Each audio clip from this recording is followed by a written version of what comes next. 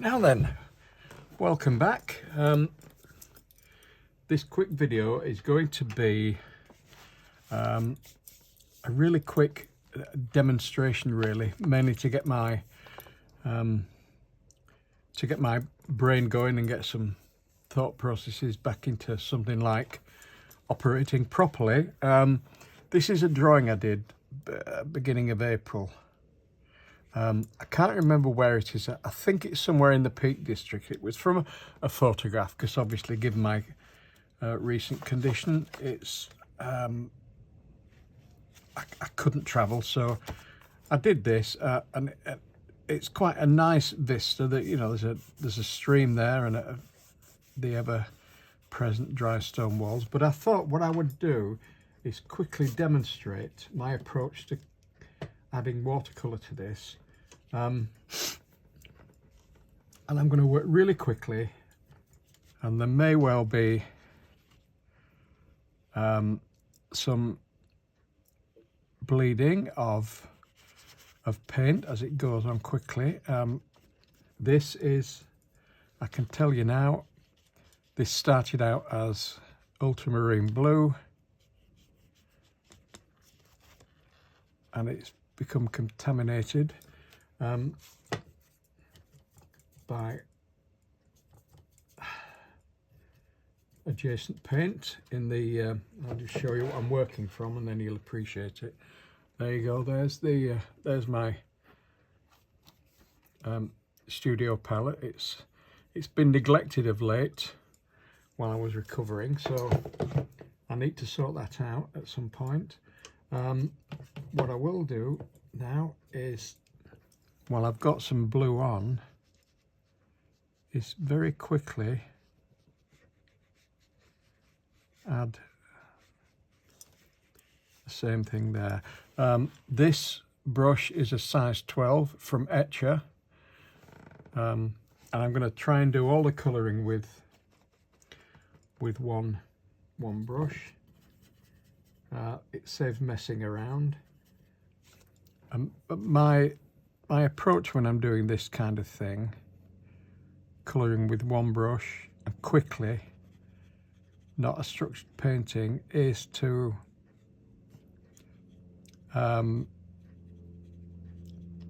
select areas to paint that aren't immediately adjacent to others and just quickly add them. And I'm just kind of putting green on here. My intention is not to fully colour the whole thing. I haven't got the reference photograph to hand, so I'm gonna have to make things up. I know that's a grass verge down there. What I liked about this composition was the fact that it's this classic lead in to a focal point, which for my mind is this lovely bridge and a dry stone wall. So I shall try and focus on that. And when I say I put green there, and there are big gaps between where I put paint, so we're not going to have any kind of bleeding happen. So I think that sky will be nearly dry now, so let's have some kind of an earthy colour up here. This is a mix of yellow ochre and quinacridone gold, I think. Yeah. And I should mention that it's all gonna, I think it's gonna have the tendency to dry fairly quickly because it's an unseasonable, very warm Saturday afternoon up here in Yorkshire. So let's try and get some interest going on in the background there, up on the hills. See, what I'm trying to do with the colour is echo the composition by having the blocks of colour lead in I think there will have been some dryish grass there, so let's have a bit of that on there. You don't need massive drops of colour, so let's just add this in.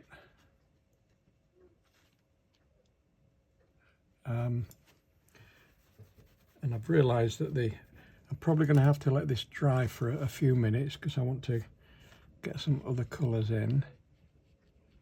Bring them down to frame these houses. So yeah, and let's get something very washed out but darker green down there. This is my favourite undersea green. You see that previously applied one is bone dry. The pen hatching I've put in to indicate the sun obviously gives us a clue as to where the light is. It's coming from top left there down, so any shadows will be cast. Let's get some, I'm mixing a grey with burnt sienna and some, I think it's neutral tint. It's a browny grey. There we go. So let's have that wall in there and that wall there and along here. And while we've got some reasonably wet areas, I'm going to quickly drop in bits of yellow ochre just for highlight. I'm trying to avoid actually colouring in the shapes that I've drawn. So that's nearly all yellow ochre there. Let's drop some of this in, and I'm going to put some more. Oh, there's some grease on the paper somewhere. I can see that. I'll put that. That's the first layer there. I'm going to come back in and put more on. I'll use this same palette now to, now then, decisions. Yeah, that will do for the roof. That's got some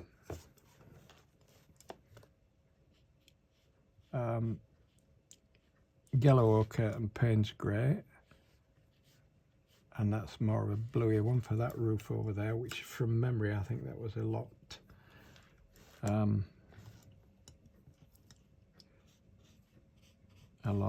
more slaty, so it would make sense, wouldn't it? Although I've put lines on there, I've drawn lines on there, but I think we need to have that one made, and so we'll have that one there. Have those two look similar. We'll have another all over colour there. We'll make the roof of this porch there look, and then quinacridone gold and a bit of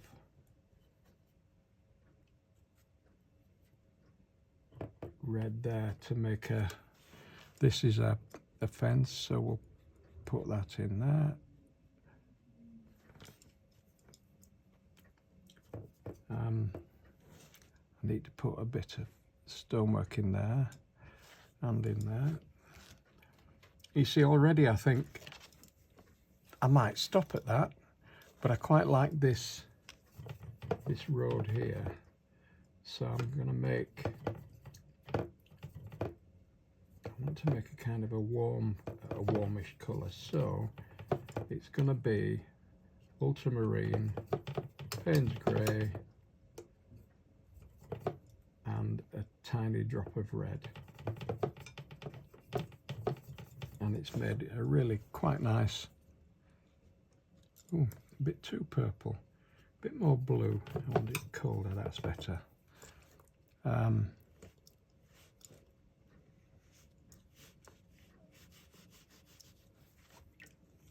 Not that struck on that, but I think that's a bit too much. It's a bit too garish, and you've caught me without any clean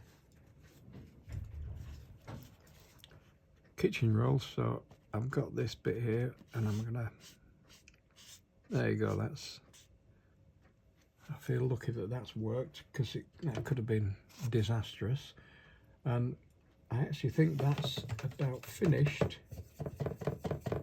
with the exception of the shadowed areas. And for this I'm going to use, it's Payne's grey, but quite a rich mix, bit of ultramarine and a touch of red to warm everything up.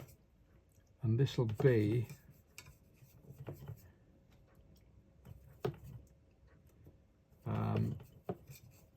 probably the last thing, because if I do any more to it, I'm really quite pleased with that. And what I'm going to do is leave that gable end, the face of that building, and the face of that building with no colour on, because I love the way it really does demonstrate bright light. So let's get, yeah, I can safely rest my little finger on the page there. Not a big fan of doing that, because normally, let's darken that in there. Let's do the face of that building, same colour. This gable end, yeah, there is some grease on there. I can see how I'm not sure if the camera's picking that up. And let's darken this under here, and then I'll darken the side of this wall, being careful to kind of go up into the shape, and then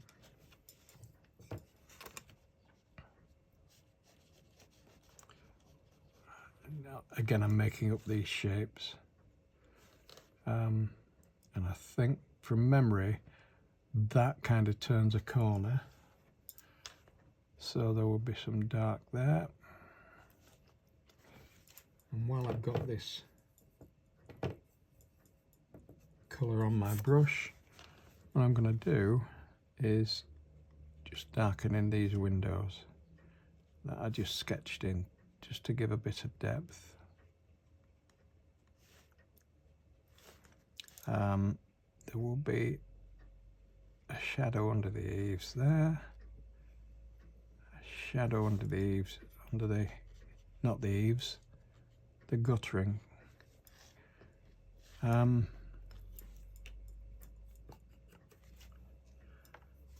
I actually think, let's put some random bits of colour in there.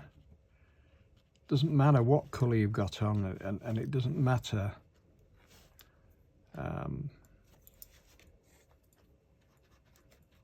and I actually think that's enough for that. I think it's brought enough life to the drawing, so we'll call that.